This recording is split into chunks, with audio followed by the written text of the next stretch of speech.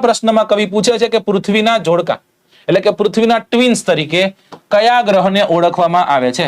કયા ગ્રહને પૃથ્વીનો જોડિયો બંધુ કહેવાય છે?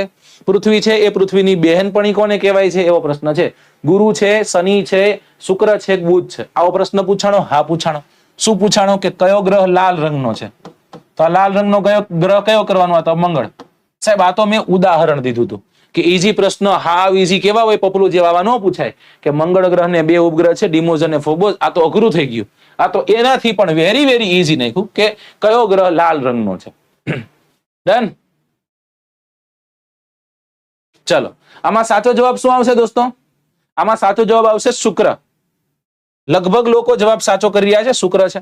તમને એમ કે સૌથી સુંદર ગ્રહ કયો? તો એ શનિ છે. શું કામ? તો કે એના વલયોના કારણે. સૌથી વધુ ઉપગ્રહો કોની પાસે છે? તો શનિ પાસે છે. હમણાં હતા તો ખરા જ તે 146 ઉપગ્રહો હતા, બરાબર. અને આજ 146 ના જેટલા લગભગ 100 કરતા વધારે ઉપગ્રહ બીજા શોધ કરી નાશે.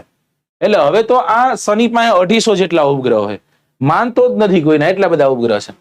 સૂર્યમંડળનો સૌથી મોટો ગ્રહ કયો છે? તો એ ગુરુ છે, બરાબર. બુધની વાત કરીએ તો સૂર્યમંડળનો સૌથી નાનો ગ્રહ છે અને સૌથી ઝડપી પરિક્રમણ કરતો ગ્રહ છે, બરાબર. એવી જ રીતના સૂર્યમંડળનો સૌથી ઝડપી પરિભ્રમણ આ પરિક્રમણ છે અને આ પરિભ્રમણ છે. એટલે પોતાની ધરી પર સૌથી સ્પીડી ફરતો ગ્રહ કયો છે? ગુરુ છે.